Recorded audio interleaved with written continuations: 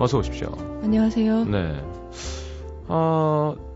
괜히 그러니까 라디오에서 무서운 거 하면 안 된다 그래놓고 기자님 보니까 남양 특집 이런 거 왜 하고 싶죠? 아니 모처럼 예. 해맑은 비교적 밝은 영화를 골라왔더니만 이젠 자진해서 공포 영화도 좋아하시나요? 잘은 못 보는데 어떤 종류의 호러 영화는 좋아해요. 어떤 종류의 호러 영화 좋아하시나요? 그러니까 왜 여러 가지가 있잖아요. 그 슬래셔라고 배는, 막 예. 칼로 베는 네. 호러가 있고 그다음에 약간 바이오적인 공포랄까 이렇게 점액질의 공포가 네네. 있고 사람이 막 변형된다거나 뭐 그런 게 있고 그다음에 깜짝깜짝 놀래키는 그런 호러 영화가 있고 그런데 저는 좀 섬뜩한 그러니까 서늘한 공포 영화는 좋아해요. 그래요? 그러니까 뭐 예를 들자면 디아더스 같은 영화나 아니면 미스트 예, 그런 아이디어가 돋보이는 그런 것도 있고 뭔가 이렇게 당장 육체 위해가 가해지는 공포보다 스트레스 정신적으로 사실 일상을 약간 뒤집어 보게 해주고 그 일상의 매끈한 표면 밑에 뭔가 이렇게 기어가는 뿌리처럼 뭔가 자라나고 있었다는 거를 이렇게 불현듯 깨닫게 해주는 영화들 그런 영화들이 더 무섭고 그렇군요. 근데 보는데 몸은 좀 덜 힘들고 그러니까 육체적으로 막 이렇게 칼질하는 영화들은 볼 때 제가 스스로 너무 근육이 쥐가 날 것 같아요. 그래서 몸이 좀 힘들어서 이상하네. 고문 장면 좋아하시고 좋아하진 않죠. 무슨 힘들어하죠. 말씀이세요? 화색이 만면하다는 표현은 딱 아니라, 그때 쓰는 거라고 생각합니다. 불편한 얘기를 하는 거를 약간 눈치기 위해서 제가 말에 웃음기가 섞여드는 거죠. 제가 바본 줄 아세요.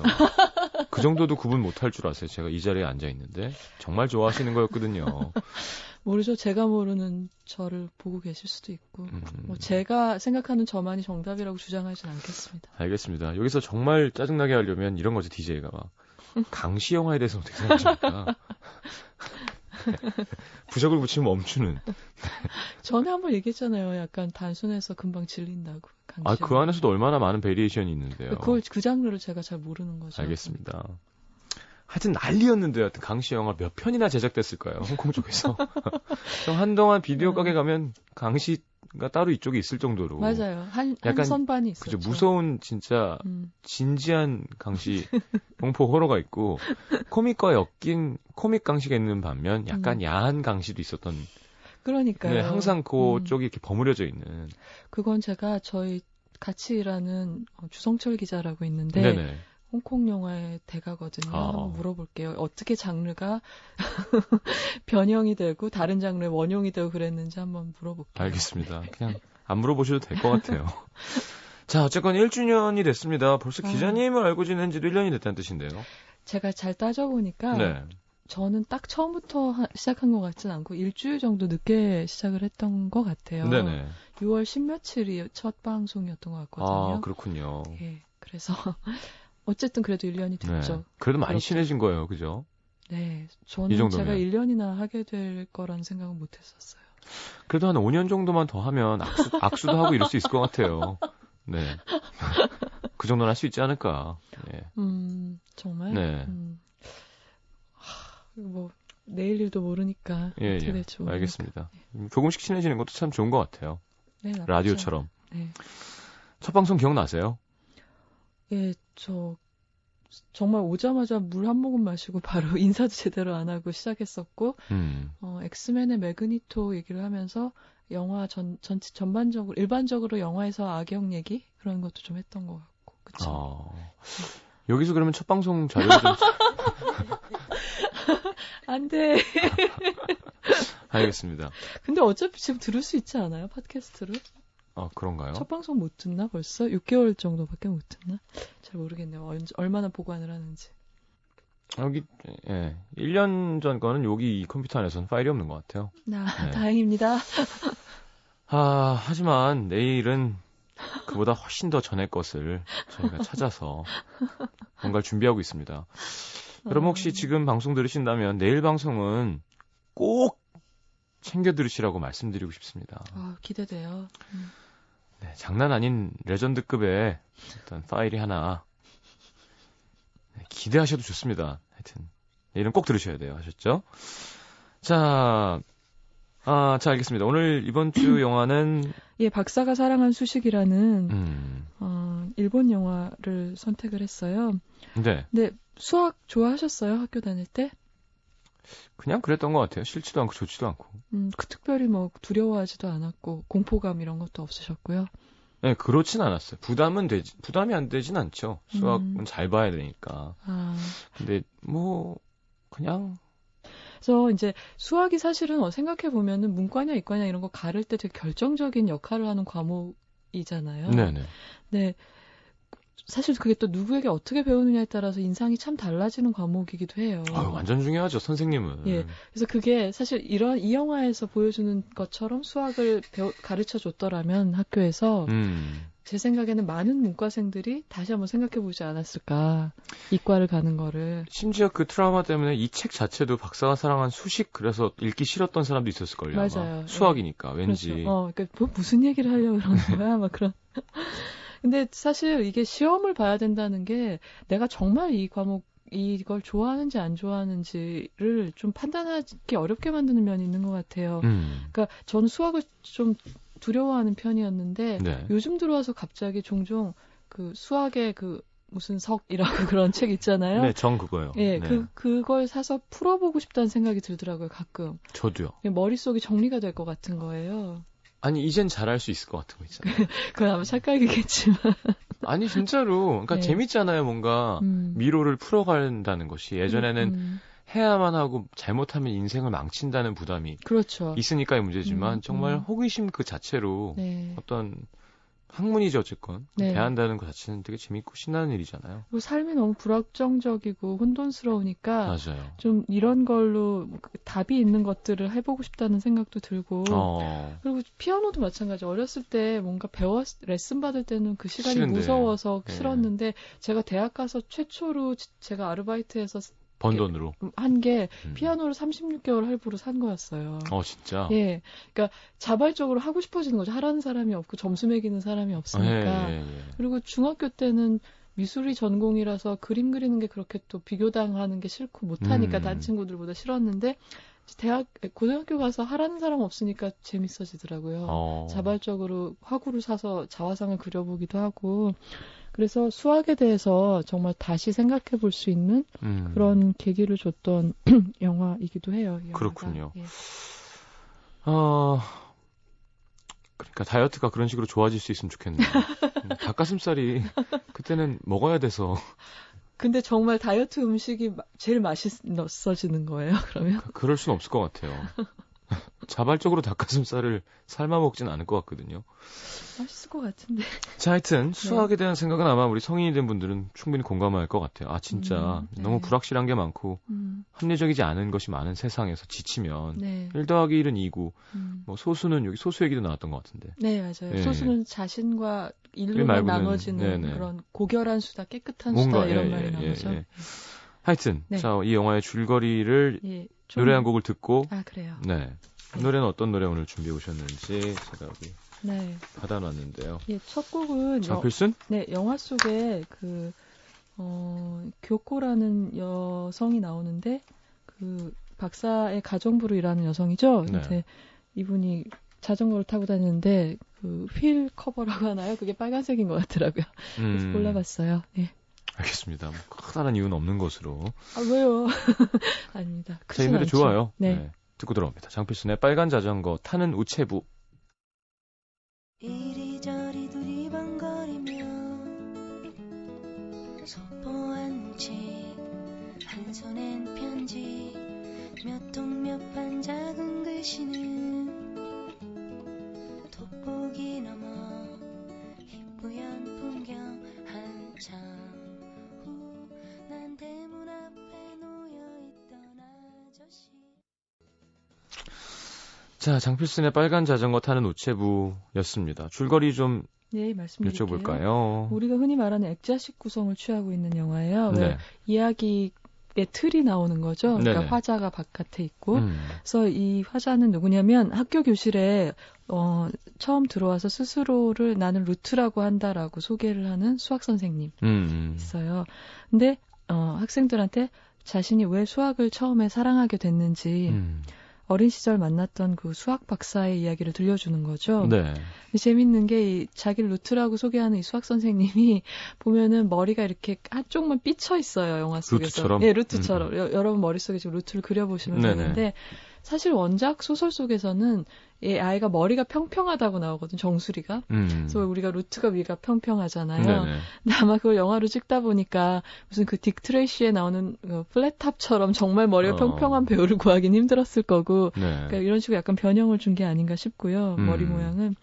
근데 이런 액자 구성이 사실 도움이 되는 게 이 영화의 특징이 수의 개념들을 이렇게 설명하는 거잖아요, 은유적으로. 그렇죠. 근데 그게 이제 드라마를 전개하면서 수의 개념을 자연스럽게 집어넣기는 아마 연출상 힘들었을 것 같고. 네. 그러니까 이 칠판이 있는 어떤 이 교실 공간이 있어주는 게 좋았을 것 같아요, 영화 장면을 구성할 때. 그렇겠죠. 그래서 아마 이런 액자식 구성을 하지 않았나 저는 그냥 나름대로 짐작을 해봤고 이야기 속으로 줄거리 속으로 들어가 보면 네. 이 루트가 10살이었던 1985년에 이제 영화 속의 이야기가 시작이 돼요.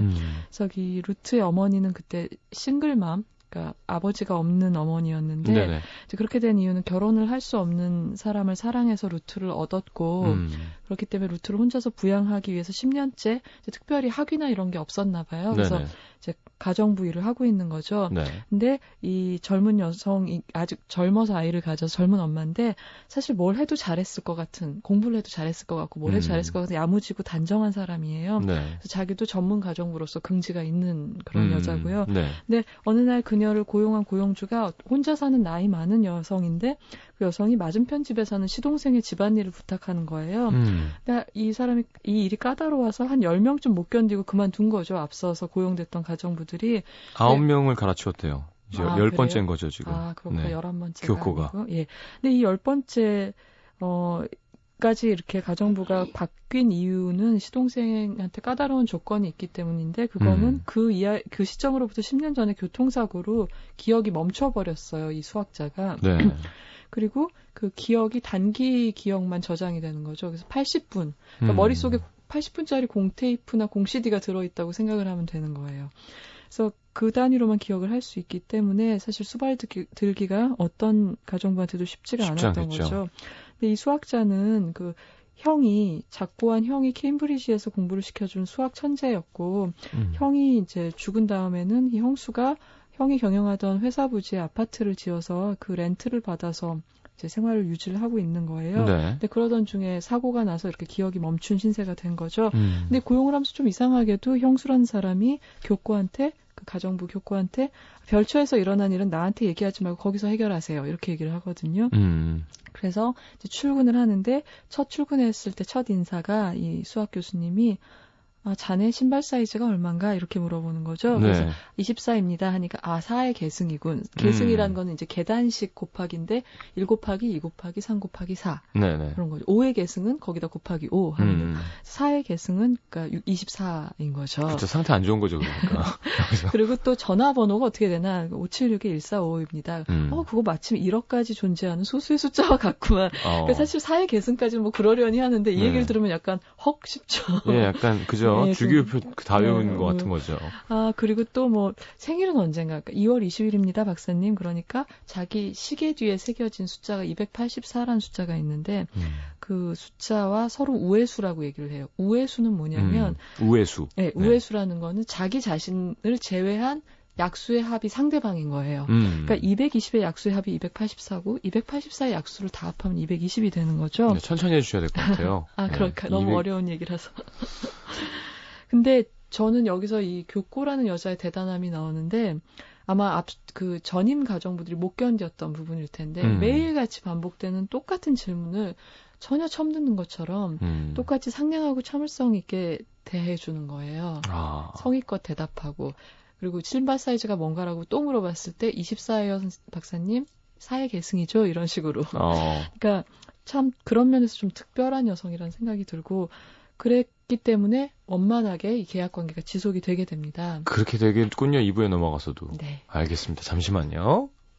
MBC FM for you.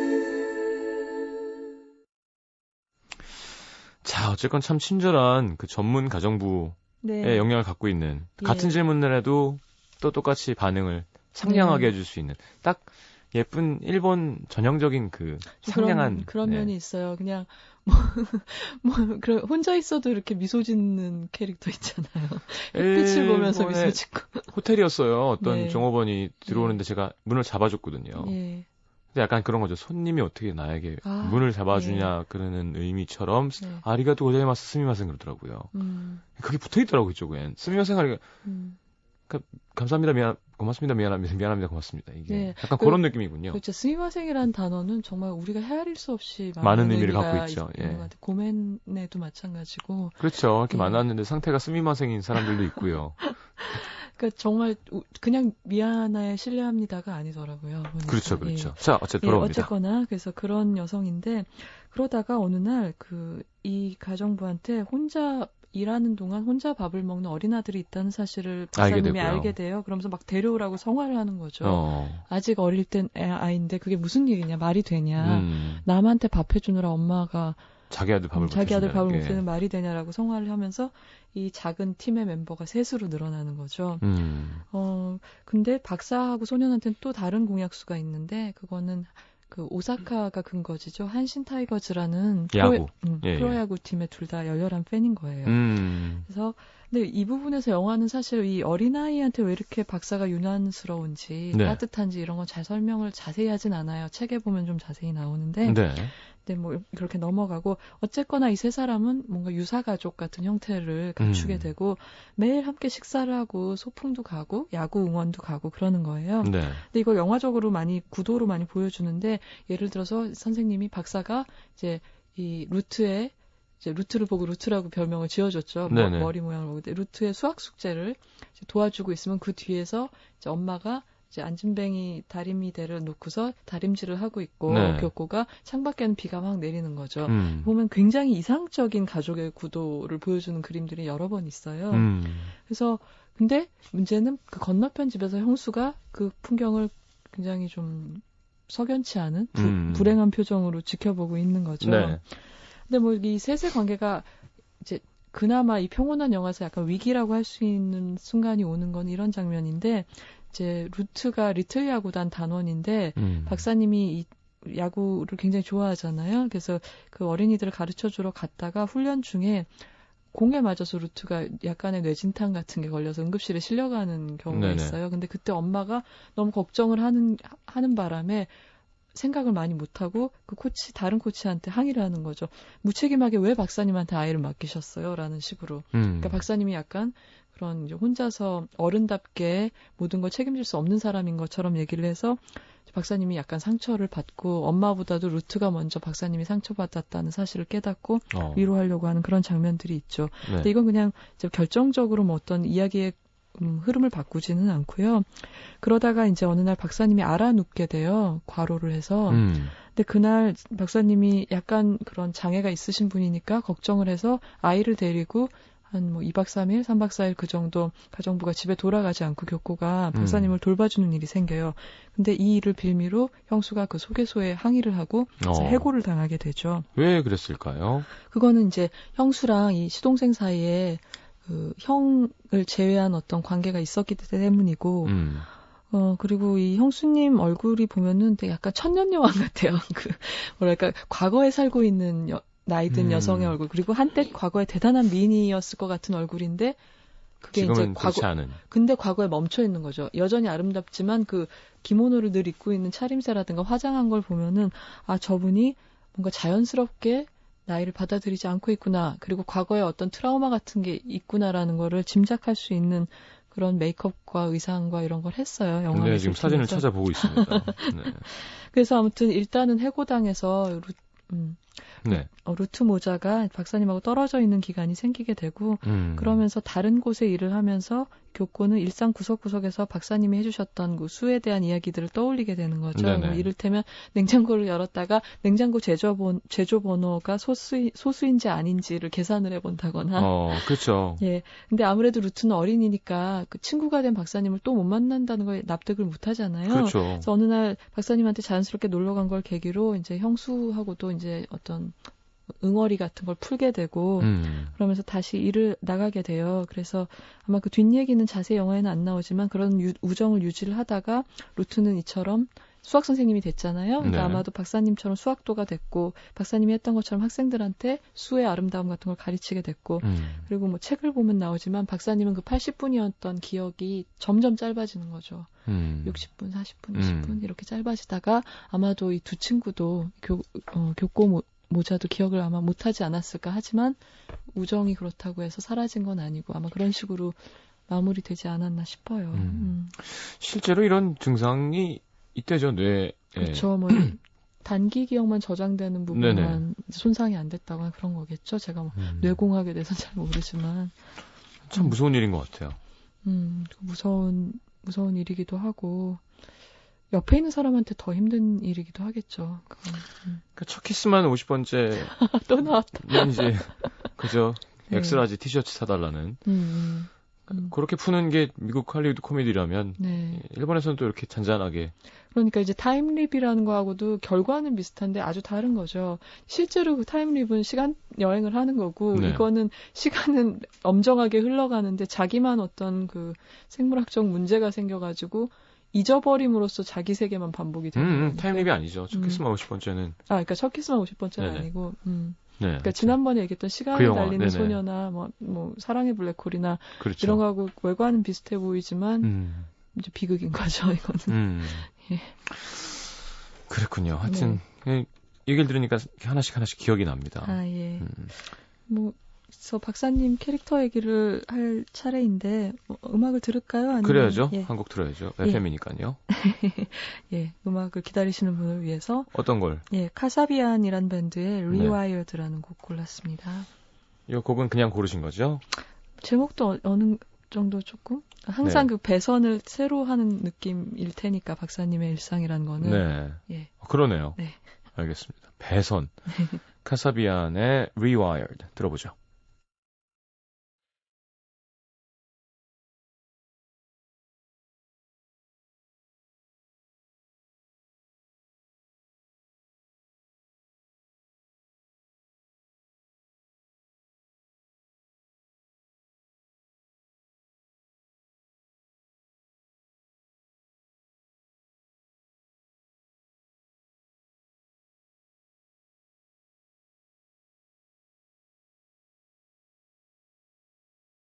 네, 상당히 대중적이라고 하셨는데요. 아니, 뭐라고 또 타박하실 것 같아서 제가 미리 쉴드를 쳤어요. 어떤 부분을 정확히 대중적이라고 생각하시는지 모르겠지만 카사비안의 Rewired 함께 들었습니다. 아주 쉬운 감성이란 뜻이죠. 초등학생들이 즐겨 들었으면 좋겠는. 네. 아니 이렇게 흥겹잖아요. 어깨가 들썩거리고. 역시 고문 장면을 즐기시는 분께는 이 정도 음악은 너무 대중적이죠. 어떻게 하면 역전할 수 있을까? 쉽지 않을 것 같습니다. 자, 박사님 캐릭터. 예. 일단 저는 굉장히 강한 인간이라는 생각을 했어요. 네. 이게 사실 말이 쉽지, 80분만 지속을 하고 계속 멈춘 사고 시점으로 과거로 돌아가는데 아침에 일어나면 매번 주변 사람들이 늙어 있을 거 아니에요. 자기 기억보다. 네. 아니, 그러니까 그전 기억은 있으니까 그 전에 알던 예를 들어서 형수를 보면은 놀랍겠죠. 그 전에도 알고 있던 사람이니까 기억이 있을 거잖아요. 가정부는 맨날 새로운 사람이지만 그 사람한테. 그렇게 생각하니까 되게 무섭네요. 그렇죠. 그렇기 때문에 그 분의 복장이 늘 그런 식이 아닌가 하는 생각도 들어요. 형수의 복장이. 그러니까 예전에 입었던 옷을 그대로 축제를 보러 갔다 사고가 났는데 축제 보러 가는 것처럼 그렇게 기모노를 입고 있거든요, 항상. 형수님이랑 도련님이랑의 불륜이네요, 그러면. 근데 그게 이제 형이 돌아가신 다음인지 어떤지는 확실히 모르겠어요. 예, 알겠습니다. 근데 지금 의심해볼 만한 시장님 표정은 그게 무슨 큰 차이를 만들겠어라는. 알겠습니다. 그렇죠. 그런데 아무튼 그게 상당히 매일 놀라운 일일 테고,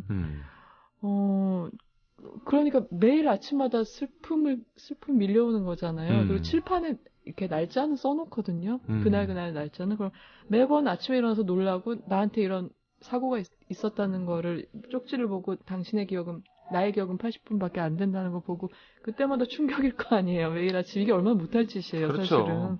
근데 그럼에도 불구하고 오늘은 몇 년도 며칠이구나 받아들이고 담담하게 평정을 유지하면서 일상을 유지하고 그런 모습을 보면서 정말 기억이 사실 사람의 많은 부분을 형성하기도 하지만 기억과 무관한 어떤 근본적인 바탕이 되는 품성 같은 게 보이지 않나 이런 증세를 앓고 있기 때문에 그렇죠. 생각도 하기 싫은 일이죠. 예. 일어났는데 애가 있어.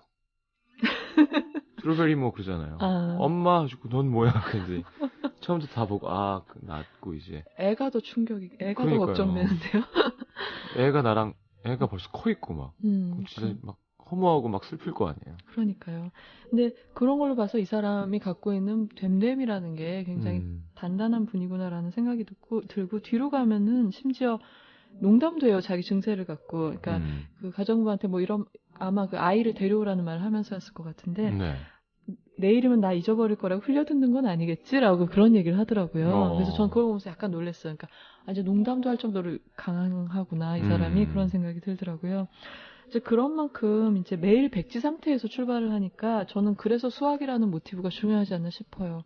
수학이라는 게 어떤 것보다도 좀 불변하는 우주의 구성 원리 같은 걸 보여주는 거잖아요. 그렇죠. 그런 게 매번 제로에서 시작돼야 되는 박사님의 상태하고 좀 대비를 이루면서 소설가 이 원작자한테 소재로 선택되지 않았나 이런 생각이 들고. 그리고 또 끈기가 있어야 되잖아요. 수학이라는 게. 그렇죠. 안 풀리면 다시 처음부터 다시 풀어야 되는 거죠. 그래서 이런 말을 해요. 이 박사님이 영화 속에서 수학이랑 제일 비슷한 인간 활동이 농업인 것 같다. 농사 짓는 일인 것 같다. 그러니까 정직한 거죠.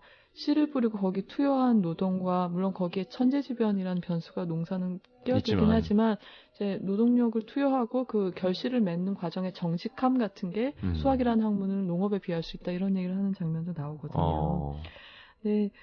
그리고 거기서 또 놀라운 점은 이렇게 맨날 똑같은 대화를 반복하는 애도 이 두 사람 사이의 신뢰가 축적되는 것처럼 보인다는 게 전 되게 신기했어요.